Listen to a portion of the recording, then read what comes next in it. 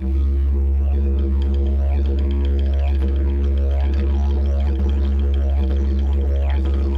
documentary is not here to lecture about what is right and wrong or what is good and bad, but to simply open your mind to another perspective, one you may or may not know of. All you need to do is to watch and listen, and most importantly, try and understand.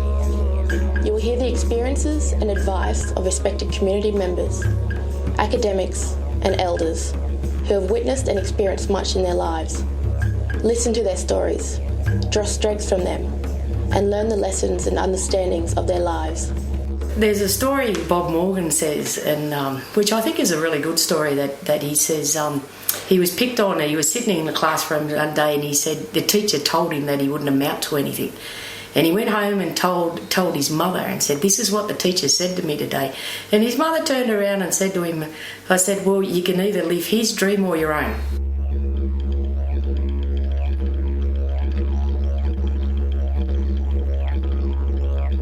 Scientific research has repeatedly shown that in areas such as intelligence and athletics, on average, people from different races are more similar than dissimilar.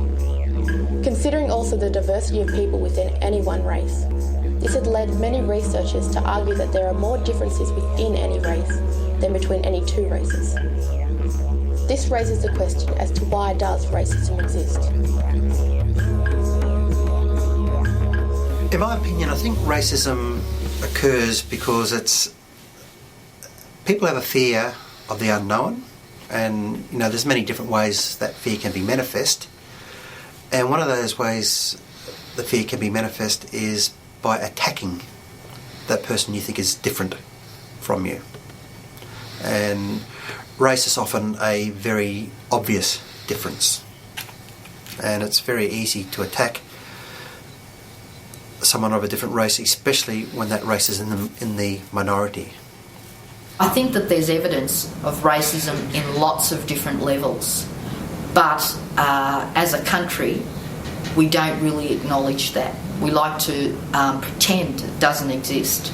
And I think that one of the greatest problems that we create is that when we pretend that it doesn't exist and we don't acknowledge it, then you can't develop the strategies that are required to address those issues. It always amuses me when we hear statements from people within Australia that there's not an issue of racism here. The concept of racism, I think, is something that's always been there. I don't think it's gone. People don't value difference, or they're actually scared of difference. If you look or if you study people who use racism as a weapon, you'll find that deep down they have a fear. They're afraid that these people who they consider or who they want to consider as more lowly than them, they're afraid that these people might be smarter than them or might eventually take over the world. You'll find that racism in a lot of cases is based on fear. Racism to me is a sickness, a disease. It's certainly contagious, like many diseases, which means that it's not a natural ailment. It's something one picks up, acquires. And like any sickness, it can be cured. So one can find a way to not be racist or live in a racist society if one chooses or puts the effort into that.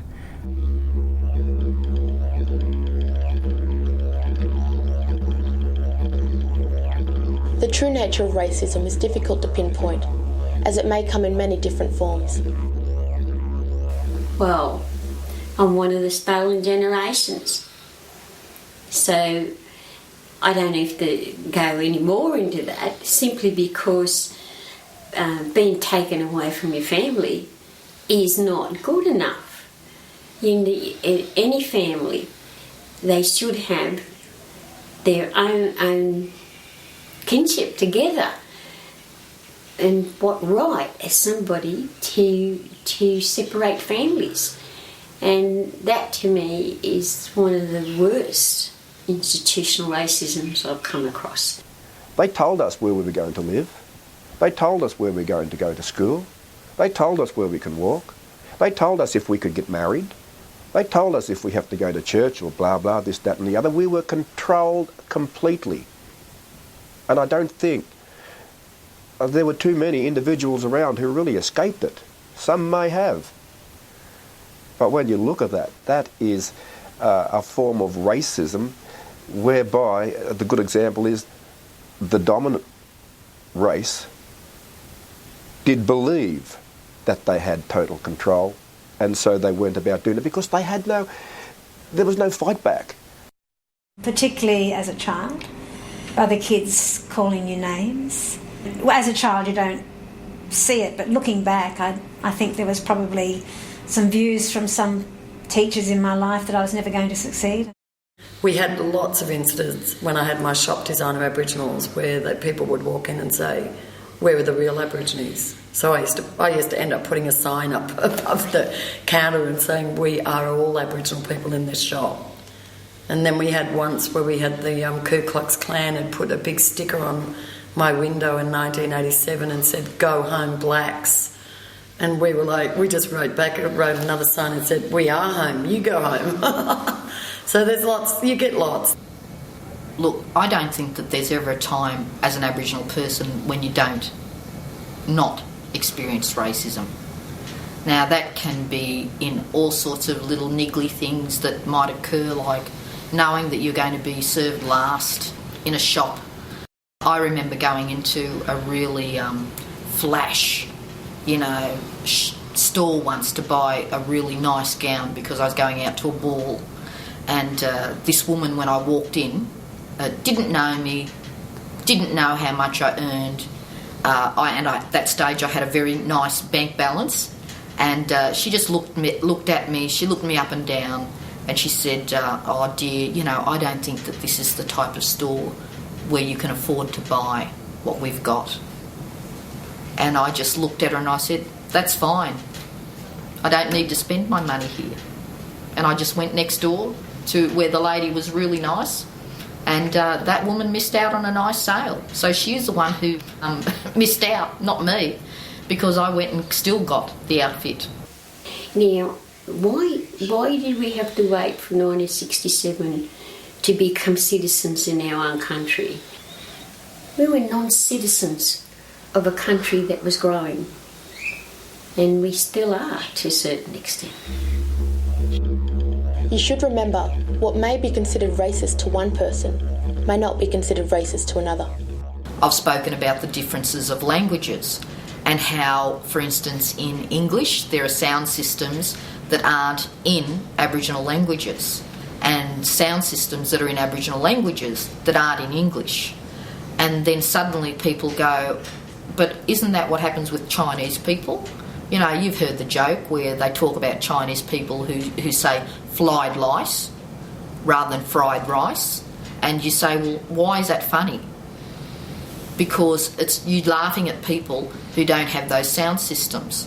So then that means it's okay for me to laugh at you because you can't roll your tongue and say the sound rrr in such a way, or you don't have the sound ng, so you don't say nah at the beginning of words. So we can laugh at you, is that okay? And people start to self-reflect on that, and they go, oh, okay, so maybe there are things that we've laughed at because it's part of a stereotype and a racist view of other races that really has no foundation. I mean, humour does disguise racism. Anything that's actually got an underlying tone of racism isn't funny, and anybody who actually thinks it's funny is basically a racist themselves. It's a way to display racism, without being out front. They actually disguise it with humour. It's not funny. I can look back now, having had many years to think about it, that the only reason I would make fun of other kids was because I was doubting myself. And I think a person who feels good about themselves has no need to make a joke at the expense of someone else.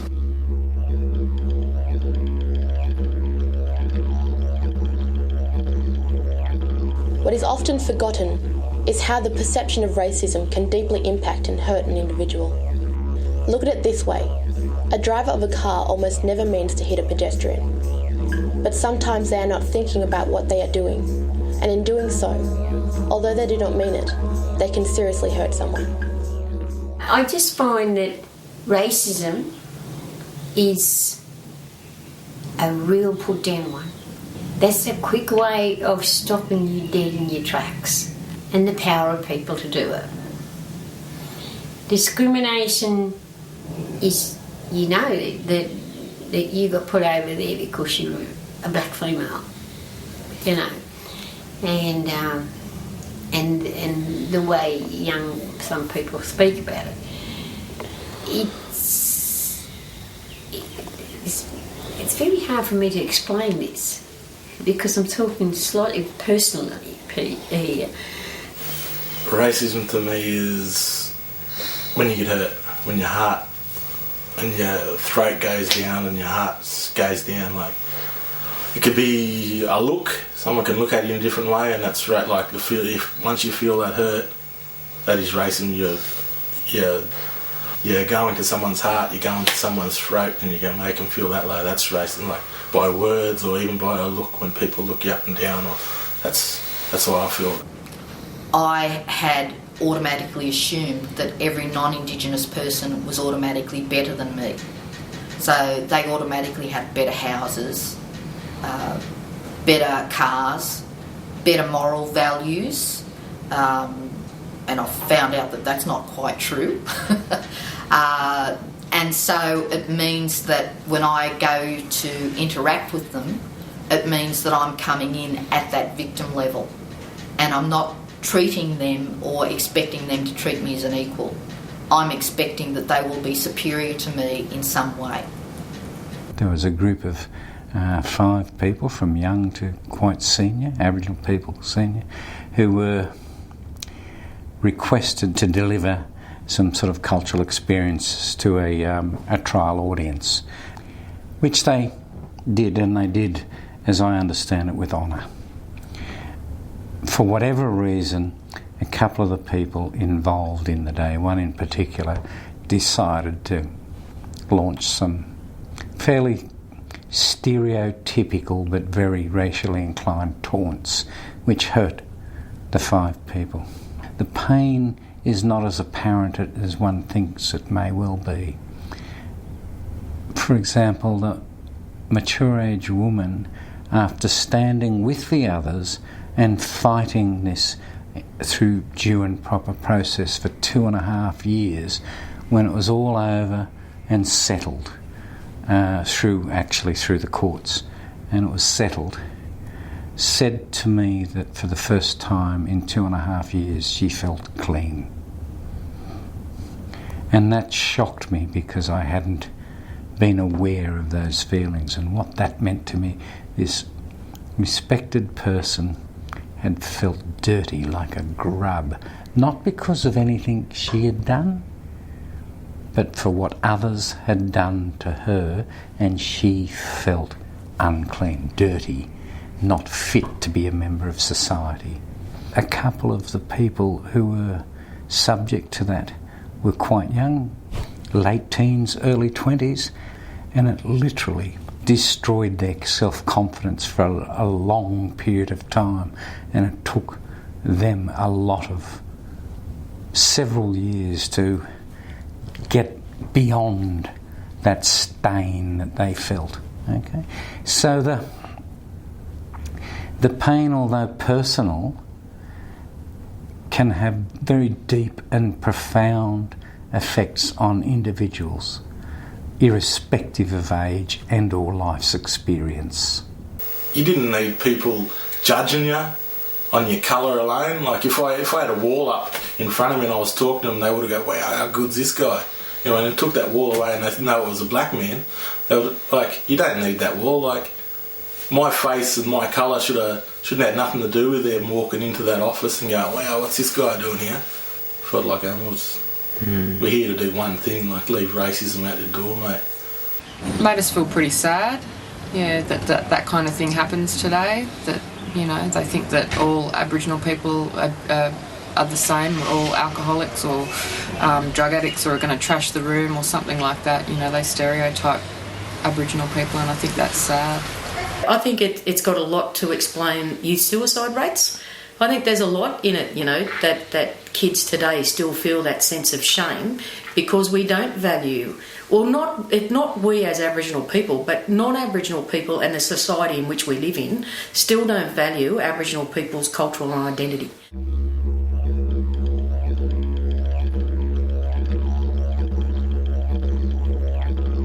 Sometimes we may see racism and discrimination take place between other people. The question of whether you should do anything is one that should be considered carefully. Bottom line, be true to yourself. Well, I think racism, no matter who you are, is a collective responsibility. And it's one of those issues where you can't fob it off by saying, well, it's a broad issue, it's right across the community, therefore what can one person's individual actions or views make a difference? We had them all there, and one of them was basically, you know, what we call redneck. He virtually wasn't going to change for anything. We ended up explaining to him what benefits he'll get out of doing the right thing.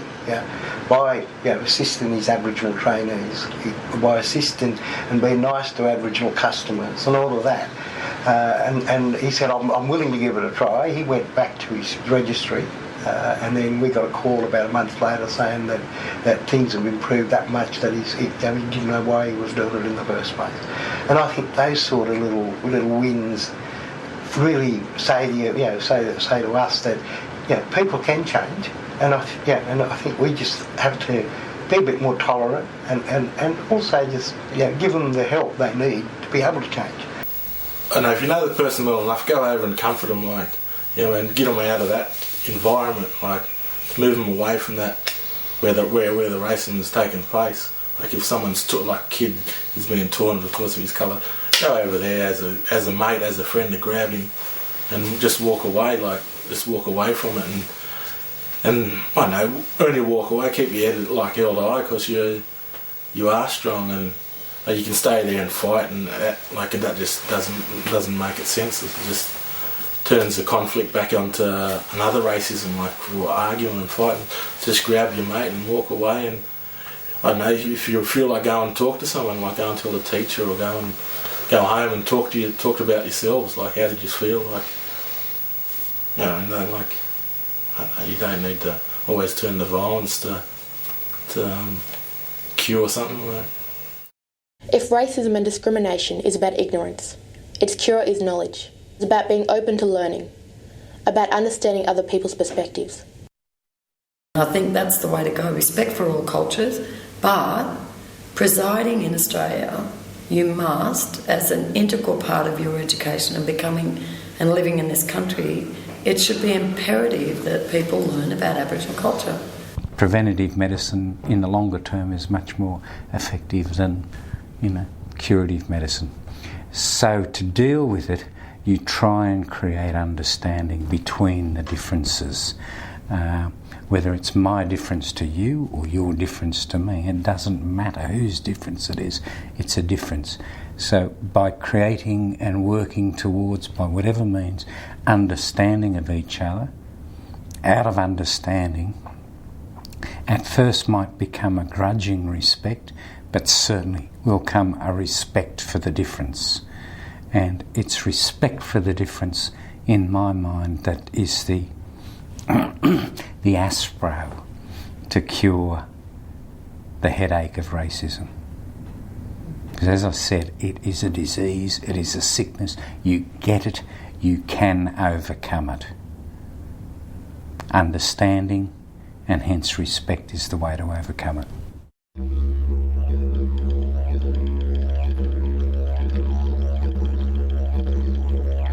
It should be recognised that every person can be subjected to some form of racism. The most important thing we must remember is that racism is not about you. It is about the ignorance of the racist. Unfortunately, ignorance is the major concern of racism. because there's still people out there who think us Aboriginals can go and get free housing loans, we can get free cars and free this and free that. Little do they know that there's more social policies for non-Aboriginals than there are for us Aboriginal people, but ours seem to get all the press. I think it's just a lack of understanding of each other's different lifestyles and social groupings and how we worked. And I think we've always been taught to treat people with respect and not to dislike somebody just because somebody says to. Find out who they are, like them for who they are, but don't dislike them because somebody told you to. So turn it around and help them see that the person making the racist slurs is actually their own victim first. And then secondly, to let them know that you do not have to be their victim. If they wish to use such words, that's fine, that's their business, but those words reflect more on them than what it reflects on you. How we respond to racism is important, for if we react in the wrong way, we may simply confirm their beliefs, and sometimes we may put ourselves into more danger. I always say when somebody makes a remark to you, they're trying to put you down. Babe, you don't take it on. As soon as you take that on, you've given power to that person. The best advice I can give is count to 10 and take a big breath before you respond, because your response is going to be important for you or to you for the rest of your life, how you handle that situation. But also acting in anger is not always the best way to conduct yourself, although sometimes you can't help that. I advise against, becoming part of a violent situation. I'd advise to, walk away and not be part of a, violent confrontation. But if it's, a verbal situation, to stand up and have a say against racism, I think is important. Being more irrational, I think, is defeating our purpose, and it's giving more ammunition to the perpetrators of that sort of action towards us, and that's one thing that we shouldn't do. You either talk about it in a rational sort of way or walk away. I'm not saying walk away in terms of you being some sort of lily-livered something, if you know what I mean. I'm not saying that. Sometimes you just can't walk away, and when you can't walk away, that's when a lot of people hit out. But if you know when you can walk away, then do it. Because whatever consequences or facing something could be more dire than you ever wish for. I think probably the important part is not to get too angry, but except that that's a really hard thing not to do when you're actually faced with people's snide remarks or abuse or outright bad taste jokes. And it's how you actually then deal with questioning. It's how you deal with being able to question those people's attitudes and change attitudes. I've actually always thought that in the business I'm in the business of changing attitudes, and I think that's one of the most fundamental things is to try and change people's attitudes. But it's not an easy thing to do. Unfortunately, I do tend to see these days where we have a large number of Aboriginal kids that say, I'm not going to do that. I'm not going to go to school. I'm not going to go for that job. I'm not going to do this. I'm not going to do that because that person is racist.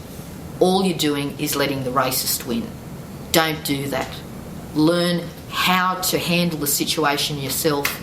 Develop the ammunition, whatever it is that you need in that circumstance, but get over it.